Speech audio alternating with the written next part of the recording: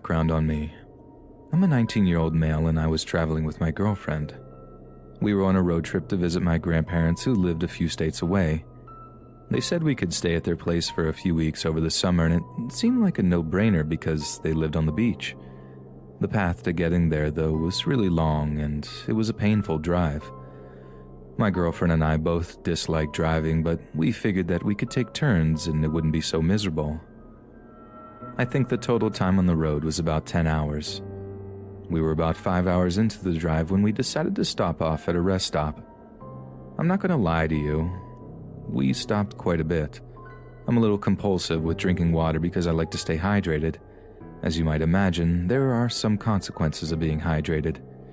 It irritated my girlfriend, but not very much. I think she secretly liked that we were stopping on my sake and not hers, because she always seemed to buy something every time we stopped. This one rest area was not horrible or anything. It wasn't in a bad area or anything like that.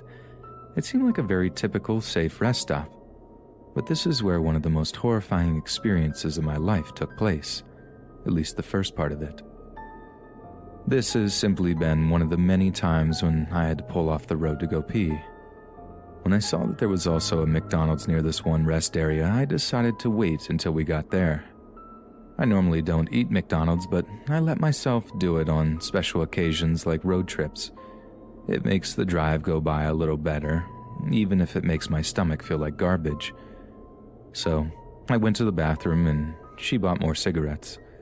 We had already made our way to the McDonald's when we had our first appearance with Creepy Guy. We actually did talk to him a little bit. Let's call him Joe. Joe may have been the strangest looking man I'd ever laid my eyes on.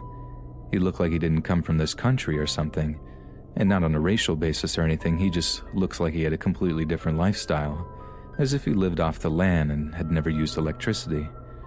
His beard went all the way down to his stomach, and if you looked at it for long enough, you could see food particles in there, and some of them not even from a meal that he had eaten that day. So that should give you a good idea of his level of cleanliness. The rest of his outfit followed suit. A dark pair of jeans that look like they hadn't been washed in a decade, and a large leather jacket that looks like the oldest thing I've ever seen in my life. I'm sure it actually wasn't that old, but it had a timely appearance to it due to it being in such poor condition. Anyway, we spoke to Joe because he awkwardly sat next to us at McDonald's. I thought this was extremely strange and it definitely weirded me out. I'm an introvert by nature and talking to people is extremely taxing. My girlfriend is an extrovert and always attracted people that were interested in conversation. I just found it strange because I've never had someone randomly sit at the same table as me when they were complete strangers. I figured that it was because my girlfriend attracted talkers, but looking back, it was probably because we appeared to be easy targets. Joe sat down right next to my girlfriend and started asking us where we were going. My girlfriend, being the optimistic and unsuspecting person that she is, gave him the entire story, that we were basically 5 hours away from anyone that we knew in any direction. I tried to give her a look that she needed to shut up, but she didn't get the hint. We had already ordered our food and we were eating when he sat down. He didn't order anything. He just invited himself to our table and talked to us for the entire time we were there. At first he was rather polite, but had a really thick accent that didn't seem like it belonged anywhere. I couldn't tell you where the accent came from because I've never heard anything like it in my life. And this is coming from someone who knows plenty of people from the North, Midwest, the South, Australia, and anywhere else. This accent just didn't seem like it came from Earth. After a painful experience of trying to get away from Joe, we got back in our car and started up on that journey again. As we got to our car, I also noticed that Joe had gotten into his car as well. As we had pulled out, Joe was a good distance away from us. I thought this was extremely strange, and the warning sign in my head went from flashing to high alert. I knew that we were in some kind of danger. I was driving and I tried putting the pedal to the metal. The next half hour or so, I had probably sped more than I did my entire life. I was normally a really safe driver, but this guy was really freaking me out. I tried telling my girlfriend that this guy was tailing us, but she didn't believe me. She thought I was just being paranoid. But what are the odds of seeing this guy at a gas station and then him being behind us for 30 minutes after we got on the road? She told me to pull over at the next rest stop and we would know for sure if he was trying to do us harm. Stupidly, that's exactly what I did. And my worst suspicion was true. He pulls off at the same rest stop and parked right next to us. My adrenaline was rushing as I got ready to fight this guy. I didn't know what else I could do.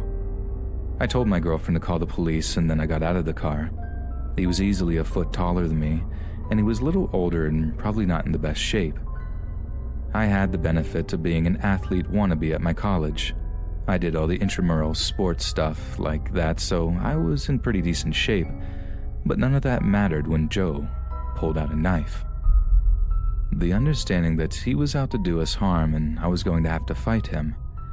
I waited for him to approach. About 30 seconds went by before he started walking in my direction. My heart was pounding. I started screaming every insult that I could. I called him a degenerate and an old man who was in way over his head, and then I was about to whoop him. It didn't scare him though, and when he got within 10 feet of me, I thought it would be a good idea to tackle him. I was hoping to take him by surprise, but I didn't. I tried getting him off of his feet and onto the floor, but when I tackled him, he plunged the knife right into my back. But that was the only good hit he got on me. I managed to get him on the floor, and after that, I started kicking his head ferociously. I don't know how I managed to do it, but he was on the ground seemingly unconscious, and I was standing there. I could feel the blood flowing down my back, and I got back into the back seat of my car and yelled at my girlfriend to drive me to the nearest hospital.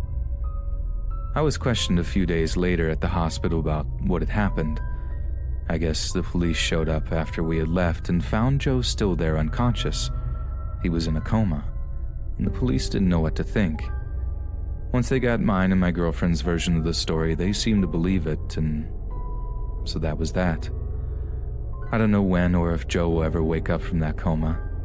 And honestly, after he almost killed me, I kinda hope he doesn't. That was an extremely traumatic experience for me and my girlfriend. The good news about the situation is that I can tell people that I put someone in a coma once, and if they don't listen to me, they're next.